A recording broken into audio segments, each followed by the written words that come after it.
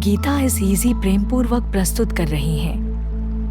श्रीमद् भगवद गीता का अध्याय 12 भक्ति योग। यह अध्याय आध्यात्मिक मुक्ति के सबसे आसान और सुलभ मार्ग ईश्वर की भक्ति के महत्व पर केंद्रित है। इस अध्याय में भगवान कृष्ण बताते हैं कि सच्ची भक्ति में अपनी इच्छा को भगवान के सामने समर्पित करना, प्रेमपूर्ण और निस्वार्थ संबंध बनाए रखना और बिना आसक्ति के कर्म करना शामिल है। कृष्ण आश्वासन देते हैं कि जो लोग ईमानदारी, विनम्रता और विश्वास के साथ इस मार्ग का अनुसरण करेंगे, उन्हें उनकी दिव्य कृपा और परम मुक्ति प्राप्त होगी। हमें उम्मीद है कि यह आपके जीवन में उपयोगी होगा। चलिए अध्याय 12 शुरू करते हैं। जो भक्तजन इस प्रकार सदैव दृढ़ रहकर आपकी पूजा करते हैं तथा जो अविनाशी अव्यक्त की पूजा करते हैं, उनमें से कौन श्रेष्ठ योगज्ञ है? जो मनुष्य मुझ में मन लगाकर, सदैव स्थिर रहकर, परम श्रद्धा से युक्त होकर मेरी पूजा करते हैं, वही मेरे मत में योग में सर्वश्रेष्ठ पारंगत है।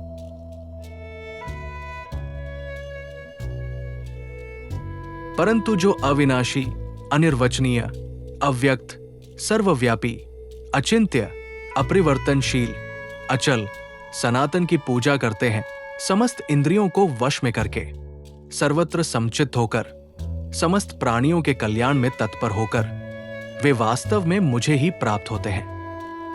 जो लोग अव्यक्त पर मन लगाते हैं, उनके लिए संकट अधिक है, क्योंकि अव्यक्त के लक्ष्य तक पहुंचना देहधारी के लिए बहुत कठिन है। दूसरी ओर जो लोग केवल मुझ पर निर्भर रहते हैं और सभी कार्यों को मुझे सौंप देते हैं, वे एकनिष्ठ भक्ति के साथ निरंतर मेरा ध्यान करते हुए मेरी पूजा करते हैं। हे अर्जुन, मैं इन्हें शीघ्र ही जन्म मृत्यु के सागर से छुड़ा देता हूं, क्योंकि इनका मन मुझ में स्थिर है।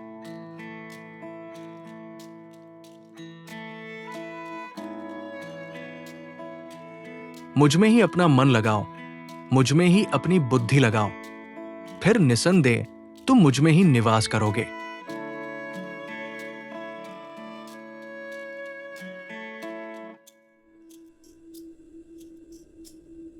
यदि तुम मुझ में अपने मन को स्थिर करने में असमर्थ हो, तो हे धनंजय, अभ्यंग योग द्वारा मुझे पाने का प्रयत्न करो। अभ्यंग योग मन को बार बार उन विषयों से हटाकर, जिनकी ओर वह भटकता है, एक वस्तु ईश्वर पर उसे केंद्रित करने का अभ्यास है।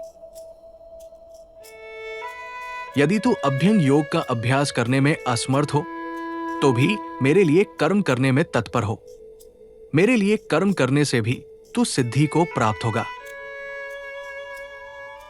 यदि तू इतना भी करने में असमर्थ है, तो मेरी शरण में आकर संयमी होकर समस्त कर्मों के फल को त्याग दे।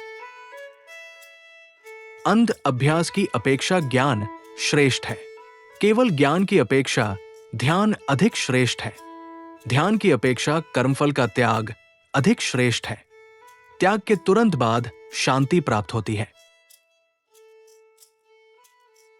जो किसी प्राणी से द्वेष नहीं करता, सबके प्रति मैत्रीपूर्ण और दयालु है, जो मैं और मेरा के भाव से मुक्त है, सुख दुख में संभाव रखता है, सहनशील है, सदैव संतुष्ट है, ध्यान में स्थिर है, आत्म संयमी है, दृढ़ निश्चय वाला है, मन और बुद्धि को मुझ में स्थिर रखता है, जो इस प्रकार मुझ में भक्त है, वो मुझे प्रिय है।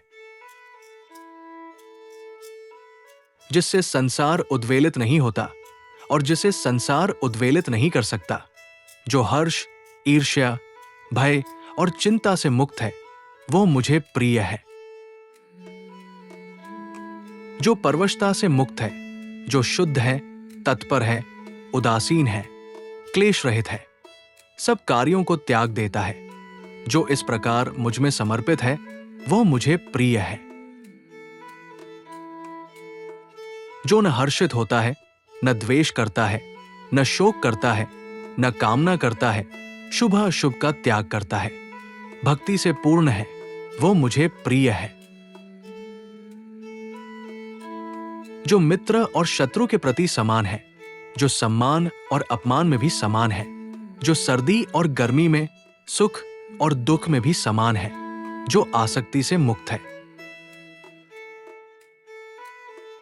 जिसके लिए निंदा और स्तुति समान है, जो मौन है, सब प्रकार से संतुष्ट है, अपने निवास स्थान में आसक्ति नहीं रखता, स्थिर मन वाला, भक्ति से पूर्ण है, वो पुरुष मुझे प्रिय है।